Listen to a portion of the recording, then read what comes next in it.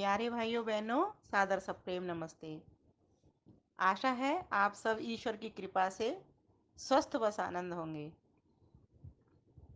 एक प्रश्न आया है कि इन दिनों में श्राद्ध पक्ष जो पितृपक्ष चल रहे हैं, इनमें खीर क्यों बनाई जाती है।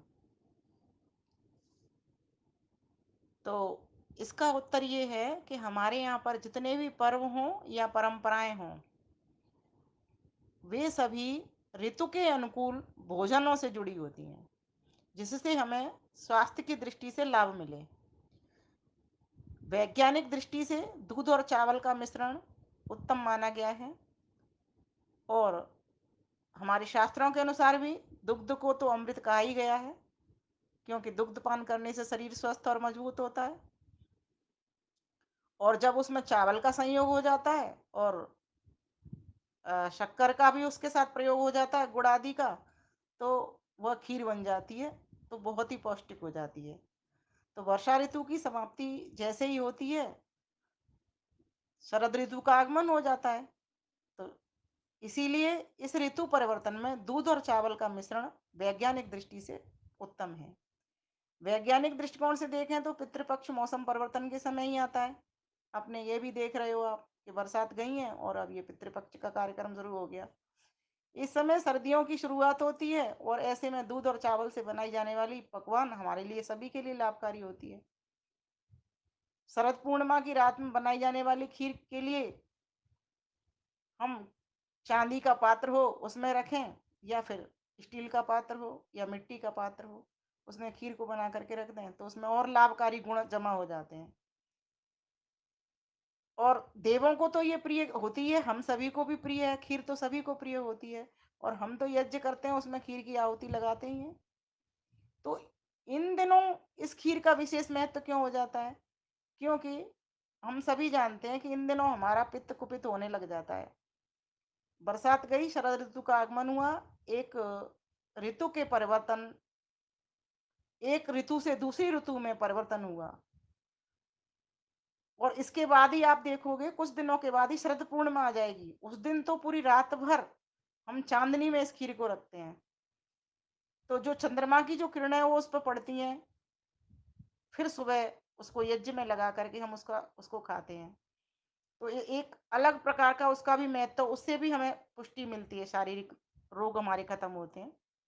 क्योंकि चंद्रमा के औषधियों से मिलकर के जो गुण मिलते प्राप्त होते हैं, वो हमारे शरीर को मिल जाते हैं, और हमारा शरीर रोगों से बच जाता है। तो पित्त का प्रकोप कम होगा, क्योंकि वात पित्त और कफ अगर ये इम्बैलेंस हो जाए, असंतुलित हो जाए, तो हम बीमार पड़ जाते हैं। और अगर ये संतुलित रहें तो हम स्वस्थ रहते हैं। तो इसीलिए ये जो खीर है, गाय के दूध की हो तो और ज़्यादा अच्छी और अधिक गुणकारी हो जाती है। और एक और बात है, इन दिनों जैसे बरसातों में कितने कीट, मच्छर, पतंगे ये इतने आ जाते हैं, है ना। तो और कितने रोग, संक्रमण कितना फैलता है। तो ये मलेरिया आदि बुखार भी आ जाते हैं। तो इनसे भी ये हमको खीर बचाती है, ऐसा हम देखते हैं। तो मलेरिया होने की संभावना नहीं के बराबर ऐसे भोजनों से हो जाती है। और इन दिनों आप एक और बात देखोगे कि इच्छा भी होती है खाने की, कि हम खीर खाएं। जैसे ही ये मौसम आता है, तो कुछ मीठा खाने की इच्छा होती है, कुछ पौष्टिक खाने की इच्छा होती है।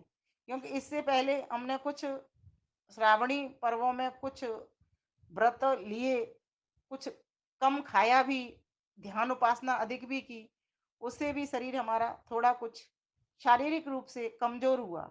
तो अब हम चाहते हैं कि ये हष्ट पुष्ट हो पुनः, जिससे हम अपने व्यावहारिक कार्यों को कर सकें, अपने व्यक्तिगत जीवन में व्यापार आदि कार्यों के लिए हम बाहर निकल सकें। तो एक चीज के पीछे बहुत सारे हेतु हुआ करते हैं। तो इसी प्रकार से हम सभी ये इन ऋतु ऋतु के अनुसार जो परिवर्तन हो रहा है ऋतुओं में, और जो फल फूल अन्न औषधियाँ आ रही हैं, उनका हम प्रयोग करते हैं। और पहले भगवान को समर्पित करते हैं यज्ञ के माध्यम से, तत्पश्चात अपने जो हमारे बुजुर्ग लोग होते हैं उनको खिलाते पिलाते हैं, और जो हमारे मार्गदर्शक मंडल हैं उन लोगों को खिलाते हैं, और स्वयं भी खाते हैं। तो इस प्रकार का इसका लाभ लेते हैं। तो प्रत्येक भावना के पीछे, परोपकार की भावना के पीछे ये यज्ञ जुड़े हुए हैं। यज्ञ अर्थात परोपकार, जिसमें 3 बातें हैं, देव पूजा, संगतिकरण और दान। तो देवों की पूजा भी हो जाती है ना? अग्निदेव को हम आहुति लगा देते हैं और चेतन देव को खिलाते हैं। और संगतिकरण, जब सभी लोग होते हैं पास साथ साथ, तो सब सारे संगत भी बैठती है ना? स्वयं भी परिवार वाले हो गए, नाते रिश्तेदार भी हो गए, तो ये सब होता है। और दान, तो जो हमारा मार्गदर्शक मंडल होता है उसको हम कुछ दान दक्षिणा भी करते हैं, कुछ त्याग अपना भी करते हैं, और कुछ यज्ञ आदि करवाने वाले, कर्म करवाने वालों को दक्षिणा भी देते हैं। तो इस प्रकार से हम इन पर्वों को मनाया करते हैं। तो प्रश्न तो यही था कि इन दिनों में खीर क्यों बनाई जाती है। तो खीर इन दिनों की आवश्यकता है, वैसे तो हमेशा ही बनाई जाती है ये, हम तो अपने यज्ञ में आहुति लगाते ही हैं, लेकिन इन दिनों कुछ ज़्यादा बार खा ली जाती है, तो उसके पीछे मुझे जो लगती है यही बात है। बाकी आपको और कुछ लगता हो तो मुझे ज़रूर वीडियो के नीचे कमेंट करके बताएं, क्योंकि वर्षा ऋतु के बाद जब शरद ऋतु आती है तो आसमान में बादल व धूल के न होने से कड़क धूप पड़ती है, जिससे शरीर में पित्त कुपित हो जाता है ना? तो इस समय गड्ढों आदि में भी जमा पानी हो ही जाता है, आप देखते हो मच्छर आदि पैदा हो जाते हैं, इससे मलेरिया होने का बहुत अधिक खतरा होता है। इसीलिए इन दिनों पितृपक्ष में बनाई जाती है खीर। और दूसरी बात, सभी को प्रिय होती है, ये तो प्रिय भोजन है, अमृत भोजन है खीरम, अमृतम भोजनम। तो ऐसा फिर भोजन तो हमें बनाना ही चाहिए और खाना पिलाना भी चाहिए। तो बस आज के लिए मैं इतना ही बोलती हूँ इसमें, और अगला वीडियो बहुत अच्छा भेजने वाली हूँ मैं, कि पिंडदान के बारे में कहा जाता है, पिंडदान करते हैं तो मोक्ष की प्राप्ति होती है, किसको होती है, किसको नहीं होती है। थोड़ा सा इस विषय को हम रखेंगे, तो आप डटे रहिए, ज़्यादा से ज़्यादा लाइक कमेंट करिए और साझा भी करिए, और साथ ही साथ लोगों को प्रेरणा भी करिए कि वो सब्सक्राइब करें चैनल को, जिससे आपके पास इस तरह के वीडियो और भी आते रहें। आप सभी का धन्यवाद। नमस्ते।